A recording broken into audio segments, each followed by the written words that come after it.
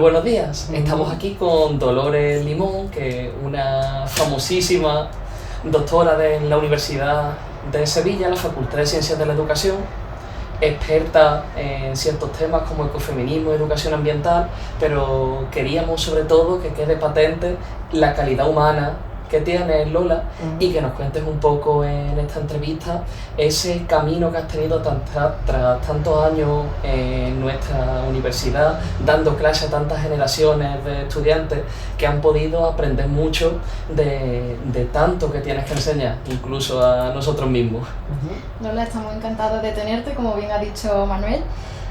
Si te parece, te vamos a realizar algunas preguntas para conocer un poquito más de ti, ¿vale? Que la gente también te conozca. En cuanto a tu trayectoria académica y profesional, ¿nos puedes decir por qué o qué te llevó a especializarte a educación ambiental y ecofeminismo? Para mí el tema de la educación ambiental fue una sugerencia de una persona que está ahí en una foto, que es Casilda Peñalver. Fundamentalmente porque yo venía de magisterio, cuando yo llego a la Universidad de Sevilla soy maestra en ciencias humanas por la Universidad de Huelva, y venía con mi pasión sobre la filosofía de la educación y el tipo de pensamiento que se necesitaba en la educación hoy. Para mí los encuentros con Casilda y con ese inicio de la educación ambiental como algo que ella veía que me podía dar independencia dentro de lo que era la estructura universitaria de Sevilla, fue lo que me invitó a iniciar mi tesis doctoral. Yo entro en la universidad ya pensando en mi tesis doctoral sobre educación ambiental en entornos naturales protegidos. Para mí eso era una invitación y era un reto. Era un reto porque en los años que yo inicio la tesis no se hablaba para nada de esa propuesta como materia en educación superior en la universidad.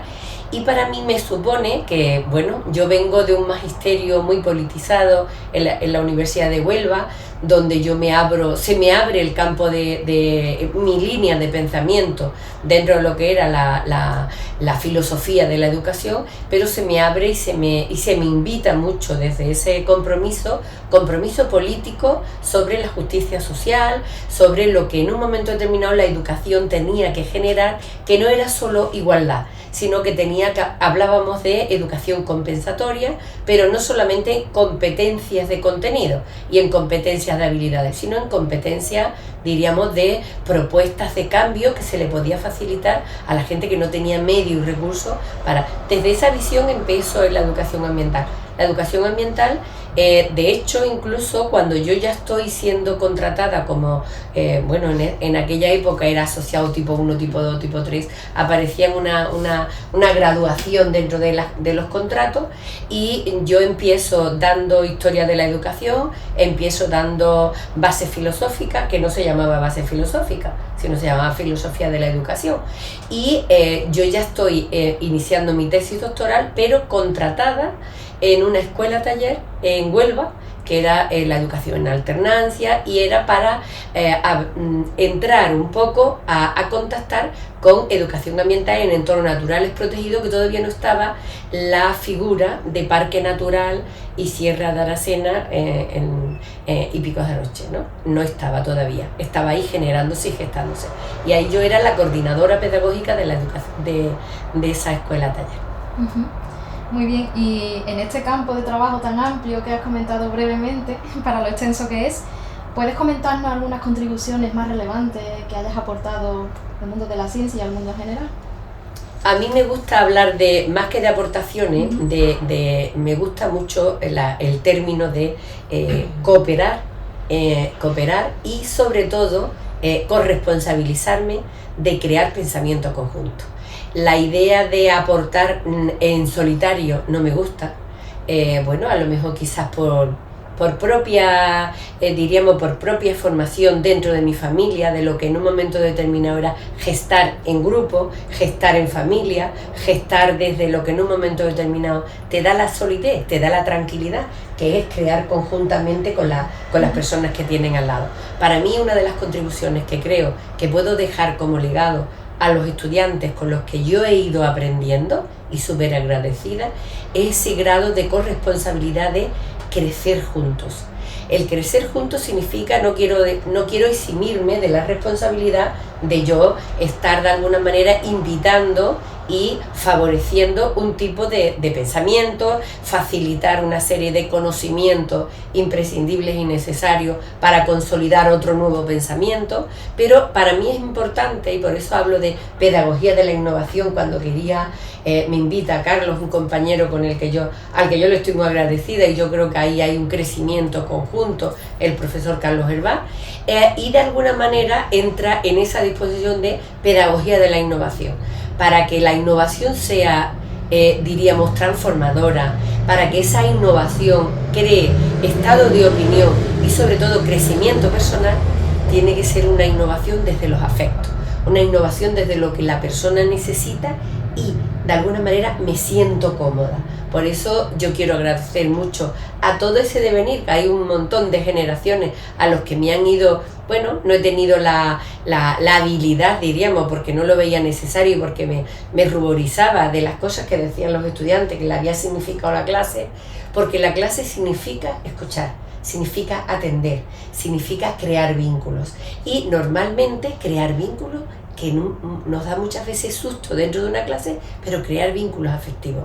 Personas que están de alguna manera calladas o inmudecidas, voy a decirlo. Sacar la voz, dar posibilidad de que esa voz se sienta importante, que pueda aportar cosas. Para mí ha sido una cosa que me sigue, estoy a punto de jubilarme, pero me sigue emocionando, me sigue llenando de orgullo. Creo que esa es una de mis principales aportaciones, que siempre consolido, de que no es una aportación mía, sino que necesito la complicidad del otro.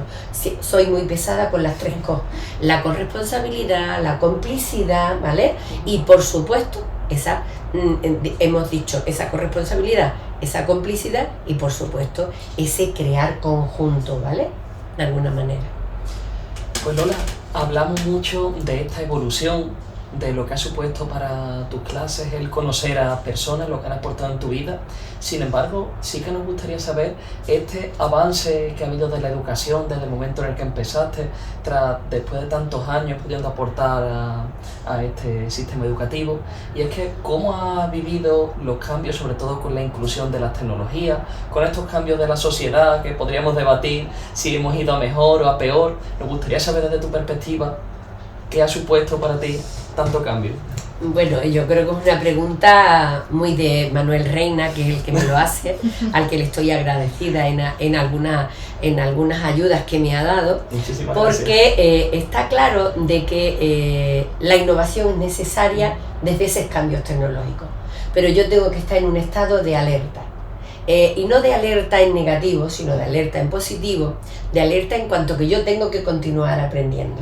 Yo lo último que quiero innovar este año va a ser que mis estudiantes hagan portadas de periódicos, que sean capaces de sintetizar y presentar portadas, aparte de hacer podcast y de grabarse en el TikTok.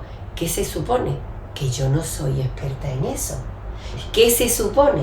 Que tengo que buscar las complicidades necesarias. Por tanto, esa educación dentro de las nuevas tecnologías, tenemos que abrir campo, y ahí no solamente agradeceros el que estéis aquí, porque para mí sois como ese punto sobre el que yo me tengo que sostener. Es decir, ¿qué pasa con la innovación desde que yo arranco, desde que yo me inicio en la facultad hasta hoy? Me puedo declarar, sin ningún tipo de modestia, ya a esta edad, que he sido innovadora desde el minuto 1. Desde el minuto 1 no he sido favorecedora del examen memorístico. Fundamentalmente he trabajado competencias desde el minuto 1, de que desarrollen competencias, pero sobre todo de poner en valor lo que cada uno tiene. Hay veces que uno era tímido, pero bueno, es que yo he sido tímida toda mi vida. Entonces, ¿qué pasa? Que esa timidez la tengo que transformar para que a mí no me ancle, sino para que yo pueda subir. ¿Qué pasa con las nuevas tecnologías? Que puede ser un anclaje perfecto, siempre y cuando yo no me quede detrás de las nuevas tecnologías, yo vaya por delante. De manera que yo no es que sea avanzada en nuevas tecnologías, sino que la tecnología yo me sostenga sobre aquello que quiero yo realizar y consolidar. Me explico un poquito. Yo desde el minuto 1 que entro en la facultad, los estudiantes están trabajando con diarios. Imaginaros que los diarios, pasado a mano, como se pasaban al principio, yo pedía, cuando estoy hablando de los primeros años, que era en filosofía de la educación, que ha sido en teoría, que ha sido en historia, los diarios que yo me llevaba para casa eran libros, cuadernos, que además yo le pedían a ellos que usaran cuadernos que estaban ya reciclados, que le quedaban hojas. Bueno, y yo me he llevado verdaderas joyas para casa escritas a mano. Yo tenía que solicitar una bolsa de basura de las grandes para yo meterlo en mi coche, en aquel coche Ibiza rojo, que yo aquello cuando se bajaba en mi casa era como que había que esconderlo detrás del sofá, y ahí era la corrección a mano, que supone que en un momento determinado, cuando se hablaba de diario, de que el estudiante fuera creando a partir de lo que yo exponía en clase, de lo que otros exponían por su propio interés, incluso de proyectos que se hacían, pues que de alguna manera aquello fuese corregido y evaluado, y además presentado a la clase y evaluado por la clase. Eso es fantástico. Yo tengo que agradecer a las nuevas tecnologías desde ese minuto 1 a que yo ahora no me llevo ningún diario a casa escrito, lo tengo todo en la pantalla, y además facilito, que han sido los últimos cambios que yo le he metido al diario, que ya tengo incluso diríamos, ¿cómo se llama? Cuando yo tengo los alumnos ya saben qué voy a evaluar en el diario. La rúbrica, perdón, ¿Ve cómo necesitas? Ya los alumnos tienen su rúbrica, sabes cuáles son los elementos que se van a evaluar más. Pueden incluso, antes de entregármelo a mí, hacer una autocorrección, cosa que he puesto en valor desde el minuto 1. No se ha evaluado nadie conmigo hasta ahora, que no se haya autoevaluado primero él, y yo tenga en cuenta su primera autoevaluación, tanto de las estudiantes como de los estudiantes, que en un momento determinado haya puesto en valor. Voy a hablar algo y voy a hilar con respecto a la pregunta que me has hecho. Para mí, ese aporte de las nuevas tecnologías no solamente me ha dado posibilidad a mí a crecer más, sino a ampliar más. Soy, diríamos, más exigente con lo que yo expongo. ¿Por qué? Porque yo puedo exponer y puedo, sobre todo, hay algo que me encanta, y ahí se lo agradezco no solamente a las nuevas tecnologías, sino a todas las facilidades que me habéis ido dando vosotros y vosotras, que es la pregunta. Yo desde el minuto 1 hago preguntas.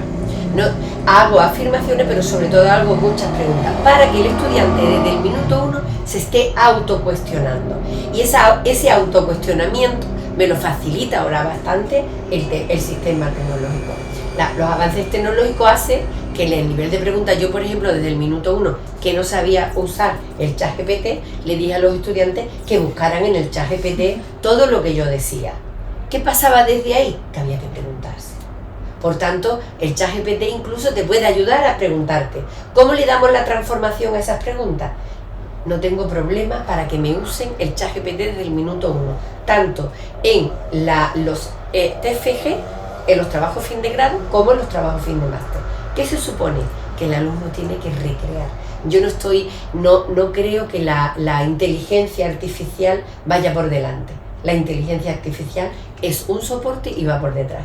¿Qué necesito por delante? Una persona que cuestione, una persona que piense, que mire, que se acerque, que busque la complicidad de mirada, que escuche, que sepa escuchar más allá de las palabras. Por tanto, no se trata solo de mirar, ¿no? Sino de ver más allá, ¿no? Sino que en un momento determinado focalicemos. Me ayuda a las nuevas tecnologías, y desde ahí es de donde a mí me gustaría que se consolidara dentro de la educación superior y dentro de las universidades, que es fundamentalmente esa otra mirada, esa mirada más amplia, que me la facilita el tener un montón de datos, el tener un montón de incluso de temas que se buscan, que tú das un clic y me sale mucha información, fundamental. Pero yo necesito algo más, yo necesito esa cabeza sensible a nivel emocional, pero fundamentalmente abierta a esa capacidad de análisis, a esa capacidad de cuestionamiento.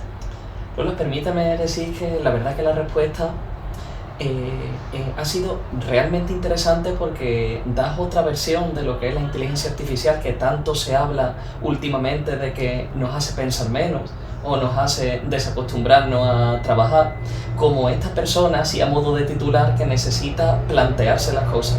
Yo definiría tu camino en la universidad como un camino de amor, porque realmente te has llevado muchas personas de aquí a tu alrededor que te aprecian de corazón. Yo soy uno de ellos y lo sabes perfectamente. Yo también. Y quería también que nos hablases un poco, además de estos cambios sociales que se han dado por la tecnología, un poco, sé que has tenido muchos viajes al extranjero, has podido aportar y unirte con diferentes personas, con pensamientos de la vida distintos, que habrán ido pues, modificando un poco tu visión sobre la educación. Y quería saber si tras estos años has visto si hay realmente un cambio social, aparte o propiciado por la tecnología, que haya hecho que la educación de día de hoy no sea igual que la educación de hace unos años, o si consideras que prácticamente estamos en el mismo punto. No podemos estar nunca en el mismo punto, Manuel. No podemos estar en el mismo punto porque diríamos que ahora mismo muchas de las actuaciones de las redes sociales van a consolidar un pensamiento único. Pensamiento único que yo he rechazado desde el minuto uno. Nosotros necesitamos diversidad. Y esa diversidad a nivel político incluso se está gestando para que no haya esa diversidad. Por tanto, yo creo que desde el primer año que yo estuve incluso desde antes, me he movido en proyectos de cooperación universitaria. Los proyectos de cooperación universitaria han tenido durante 5 años consecutivos, en junio, todos los junios, íbamos a trabajar el teatro, para que en un momento determinado se trabajara la coeducación en niños y niñas en Asilá, en Marruecos. He estado vinculada con UDA, con la Universidad de UDA, pegada a Argelia, con un trabajo de cooperación con FANSI, entonces con el tema de metodologías participativas e iniciativas para favorecer un clima más facilitar la participación de los estudiantes en la consolidación de pensamiento. Y sobre todo los últimos proyectos internacionales, he estado con proyectos Leonardo en Italia, en Rumanía, el último proyecto Leonardo era con la gente de Marsella, no me acuerdo, bueno, da igual. El tema es que dentro de todos esos movimientos, inicialmente se estaba favoreciendo el tema de esa multiculturalidad. La idea de multiculturalidad, que es imprescindible en la educación universitaria, ahora mismo no se está poniendo en valor. Se está poniendo en valor, creo, desde los medios de comunicación y desde las redes sociales, una uniformidad. A mí eso me inquieta. Y me inquieta porque no tenemos educadores y educadoras, y yo estoy hablando no solamente de la educación superior, sino de la gente de infantil, primaria y secundaria, pero por supuesto de la educación superior, sensibles, cariñosas, donde en un momento determinado, yo hablo de pedagogía del amor desde el minuto uno, pedagogía del tacto se hablaba al principio, pero fundamentalmente he hablado y he trabajado sobre el malestar docente, docentes que no están atendidos, docentes que no están en formación continua y de alguna manera gestionando cooperativamente ese sentir. Eso desde la cooperación. Y desde lo que son proyectos internacionales con universidades, pues por ejemplo como la Universidad de La Plata, la U3 de Argentina, Chile, Brasil, en México, en Canadá, cuando me invita personalmente Lucisa V para hablar de ecociudadanía, a ella le inquietaba bastante el tema ético. Y me gusta que me hayas preguntado desde el amor, porque el planteamiento ético, cuando se habla de emociones y cuando se habla de el desarrollo de lo moral, tenemos que tenerlo muy claro y muy diversificado, tener claro por qué se habla. A mí me sorprendió que desde Canadá me invitaran a una, para mí era una figura referente mía, que era Lucisa Ové, que ella me invitara como que era la representante europea de ecociudadanía desde esa visión ética. Esa parte me cuestiona a mí y me pone en alerta, y yo diciendo, pues no me he puesto yo en valor, en este valor, y sin embargo sí admito ese valor ahora cuando ella me lo está haciendo ver. ¿Qué pasa con la educación ahora? Necesitamos gente que sean capaces de querer, de conformar vínculos. Y sobre todo hay algo que a mí me encanta cuando he creado, por ejemplo, la familia Solidari, que ellos se inquietaban, porque la gente en Latinoamérica son muy jerárquicas, la gente de la universidad. Entra en funcionamiento quién es el coordinador jefe, el coordinador. Entonces, ellos se sorprendieron de que nosotros, la gente que estábamos de nuestro grupo de investigación, Rocío Valderrama, que se queda como responsable cuando yo me tengo que dar de baja, se queda como corresponsable del proyecto Solidari, del proyecto Disciplini. Incluso yo invito, que se sorprende, a Jesús Gavira, porque el tema era de educación física, con Finlandia, con Roma. Han sido muchas universidades vinculadas y se sorprende del carácter horizontal del grupo de investigación que yo dirigí durante tantos años, ¿no? Afortunadamente lo dirige en la misma línea Rocío Valderrama. ¿Qué se supone ahí? Que nosotros estamos, de alguna manera, creando esa necesidad de horizontalidad, de ver al otro, de acoger al otro y de sentir y crecer conjuntamente. Por tanto, hay algo que yo veo necesario en la universidad hoy, en la universidad y en cualquier... Yo tengo un sobrino con 11 años que creo que tiene un coeficiente intelectual que se está aburriendo en la clase y que este año sigue con el mismo profesor porque al año que viene pasa a secundaria y le pregunto, ¿qué tal? Tita, muy aburrido. La primera semana de clase, cuando más, de alguna manera, más fiesta se hace, está aburrido. Claro, él ya tiene acceso, de que hizo la primera comunión, tiene acceso a redes sociales. Un profesor no puede caer en el aburrimiento y no puede ver solo, de alguna manera, ajustarse a su cargo, a su rol, diríamos, y crear una distancia entre los estudiantes y yo. Y esa distancia la voy a crear con disciplina. La disciplina surge. Yo no he tenido hasta ahora, no he tenido ningún problema de disciplina y mis clases han sido totalmente horizontales. No he pasado lista, la gente ha asistido hasta casi el último día de clase. Y he llegado a acuerdo para que no vengan a clase cuando están... ¿Me entiende? El planteamiento es al revés. Necesitamos gente que estén vinculados con los otros.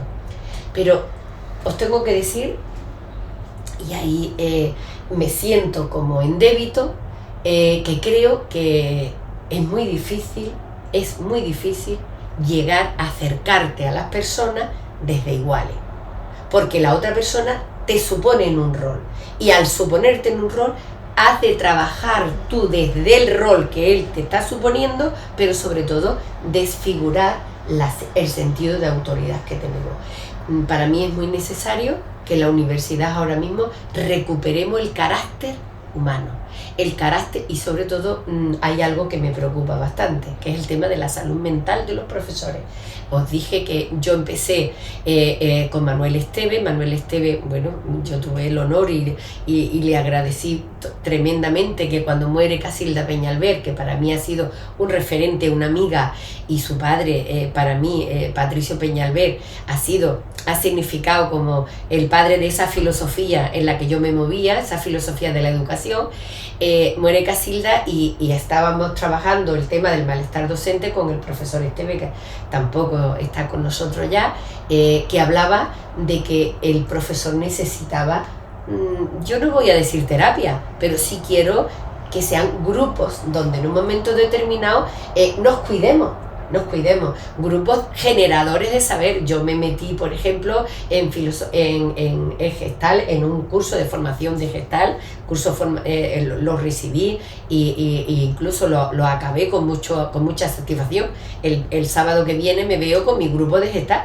Es fundamental que, bueno, de Gestalt he hecho también otro grupo de formación con el tema de meditación, con el Instituto IFU. He recibido ya incluso la formación en mi ASRAN de Asturias. Luego, la formación y cuidarme mi salud mental es fundamental, y crearla y facilitarla a la clase y ser generadora de eso, de que la salud mental hoy en la sociedad creo que está demandándonos algo muy fuerte, que la primera causa de suicidio de los jóvenes nuestros aquí en España es el suicidio. Por tanto, la educación tiene que comprometerse no doblemente, sino de una manera, pero no solo para los estudiantes y para los jóvenes, sino para la clase, diríamos, los docentes, que en un momento determinado necesitamos estar ahí.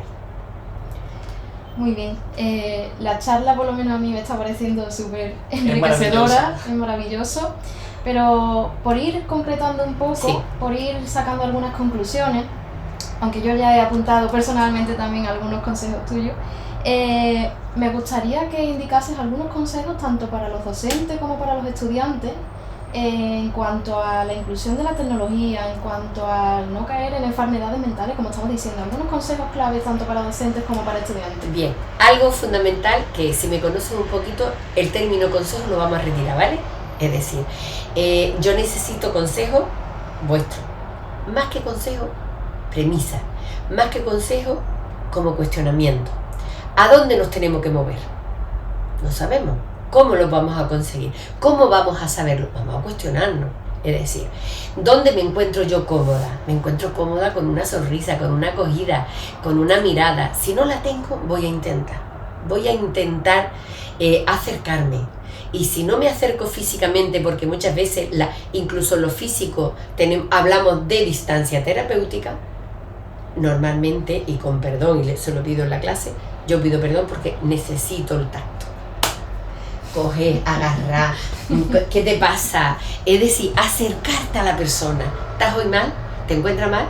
Yo tengo todos los años mis retos, como ya están los móviles, pues mi reto es que yo no voy a prohibir, no quiero prohibir nada.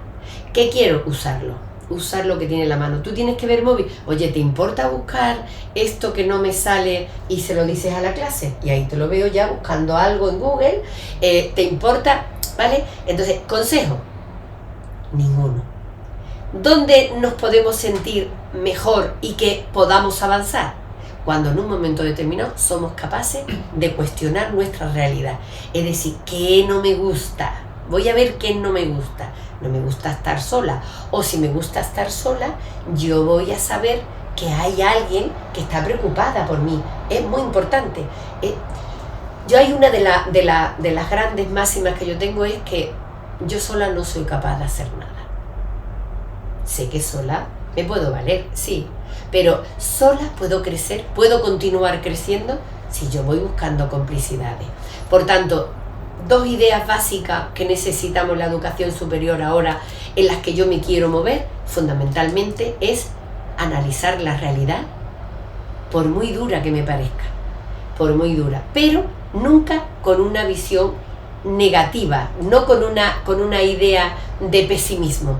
Es decir, los jóvenes ahora es el momento fundamental, es el momento fundamental donde estamos más preparados y donde ellos necesitamos más a los jóvenes. Es un momento crítico para la sociedad. No podemos prescindir de nuestros jóvenes. Nuestros jóvenes no están perdidos con las redes sociales. Nuestros jóvenes no están en el peor momento.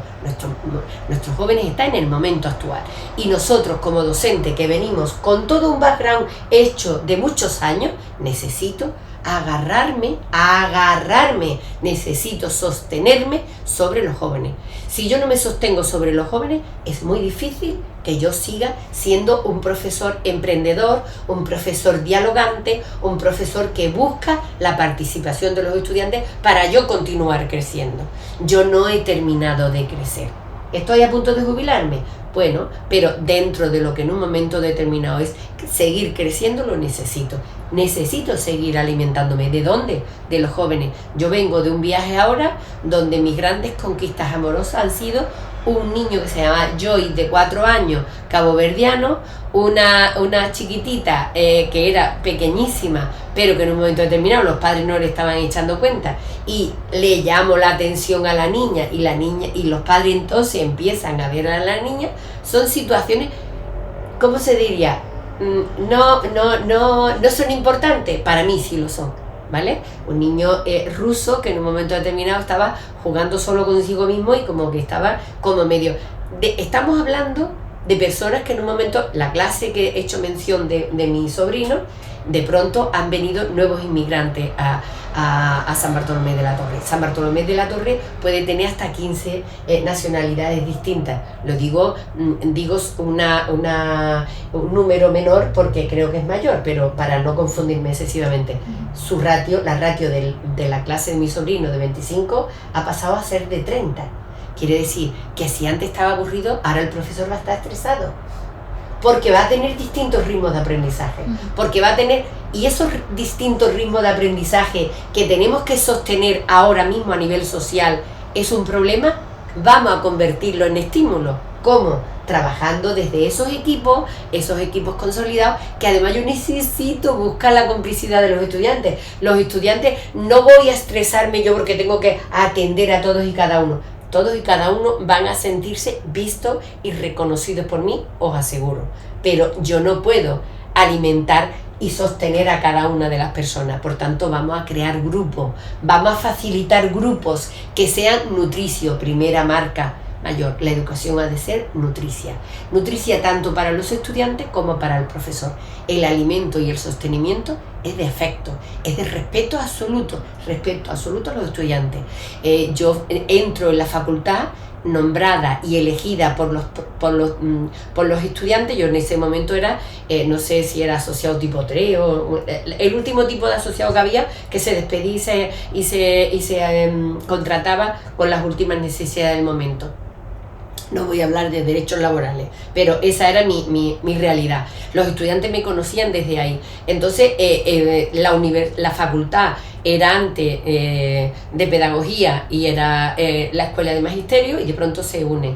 Y los estudiantes presionan, es algo histórico, presionan para que ellos están de acuerdo y van a votar al nuevo equipo decanal si yo soy nombrada vicedecana de estudiantes. Eso fue una presión con la que algunos compañeros míos no comulgaban. Entonces yo digo, yo no voy a escoger eso. Y me acuerdo de Manolo Collado, Casilda, una serie de compañeros, Lola, lo tienes que escoger porque esto tiene que salir adelante. Y hay una presión ahí, y yo soy vicedecana de estudiantes. Al ser vicedecana de estudiantes, que era lo que habían visto los estudiantes en mí, que yo tiro de ellos, y ellos se crearon los jueves culturales, que no faltó nadie. Los estudiantes generaban cultura, era un nivel cultural por parte de los estudiantes, y además incluso algo que en un momento determinado empiezan a ponerse en huelga porque había situaciones que no eran correctas del cómo estaban siendo tratados y cómo se estaban resolviendo, y me solicitan a mí como vicedecana que yo venga a hablar con ellos y anular. Digo, yo no voy a anular nada de lo que ellos han decidido en asamblea, por muy vicedecana de estudiante que sea. Esa es mi gran aportación desde lo que es ver al otro, sentir al otro, reconocer. Esto es necesario. Por tanto, la educación superior ha de ser nutricia. Las nuevas tecnologías, fundamentalmente imprescindible. ¿Por qué? Porque sostienen ese saber y esa persona va a crecer. Si nosotros dinamizamos grupos y creamos grupos donde haya uno que sea muy bueno redactando, donde haya otro que sea muy bueno en nuevas tecnologías, donde haya otro que haga muy buenas preguntas, donde haya otro que sea capaz de generar y crear grupos para que todo... Eso es necesario, es fundamental e imprescindible. Por tanto, esa máxima, yo creo que las nuevas tecnologías y la nueva visión de esa educación, contacto con reconocimiento del otro, es imprescindible. Necesito las nuevas tecnologías. Y hay otra máxima que me gustaría, que no sería como consejo, es que los profesionales de la educación trabajan en grupo. Los profesionales. No solamente se trabaja en grupo dentro de las clases, los profesionales. ¿Quiénes damos clase al grupo de vamos a vernos, vamos a consolidar? Y no vamos a hablar mal del que ya está estandarizado que se porta mal, sino vamos a ver cómo vehiculamos todo para consolidar esto. En infantil, en primaria y en secundaria es de salud mental para el profesorado que no esté solito. Es salud mental necesaria. ¿Por qué? Porque estoy vinculado con otro, estamos incluso potenciando preguntas que en un momento determinado le van a facilitar a la clase. pero es que no creáis que porque estemos en la universidad no necesitamos grupos. Necesitamos grupos, no podemos estar en esas carreras competenciales que prácticamente no es de competencia, sino de competitividad. Por tanto, yo necesito esas habilidades de grupo, de consolidar cariño, de vernos al otro, de que en un momento determinado, bueno, pues nos reconozcamos, ¿no? Y yo os agradezco que estéis aquí. Muchísimas gracias, Lola. Gracias a ti. ¿Qué te vamos a decir, Lola? La verdad es que escuchándote hablar en los momentos, y lo sabes, que nos encontramos siempre en situaciones donde parece que estamos encerrados en cuevas, solo centrados en el trabajo. Lo hemos estado hablando esta mañana, es que creemos que es necesario que una persona como tú, que realmente eres un rayo de luz que llega a personas como nosotros, que lo esperamos, pueda dar estas palabras tras tantos años de aporte desde el cariño, desde el corazón, que es cierto y como has dicho es tan necesario en estos días de tanta competitividad y en estos cambios sociales.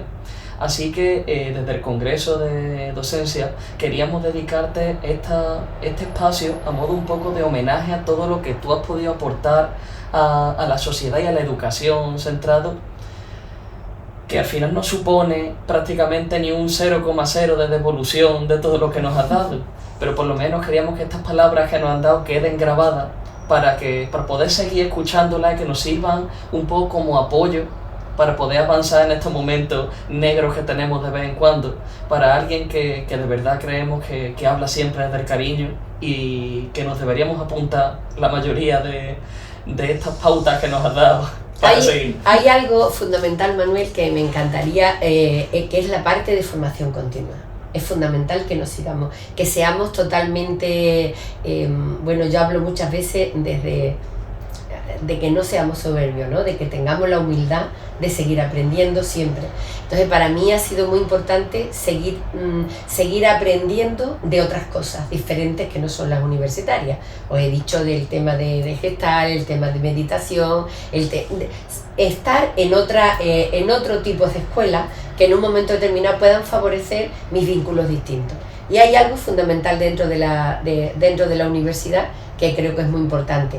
Cuando a lo largo de todos estos años donde yo me he sentido reconocidas con uno, pues bueno, criticadas por otro porque forma parte de la naturaleza humana, yo creo que crear y descartar, diríamos, la parte de crítica y consolidar los grupos humanos donde en un momento determinado está la parte del reconocimiento del otro, donde en un momento determinado crecemos juntos y crecemos desde distintas disciplinas.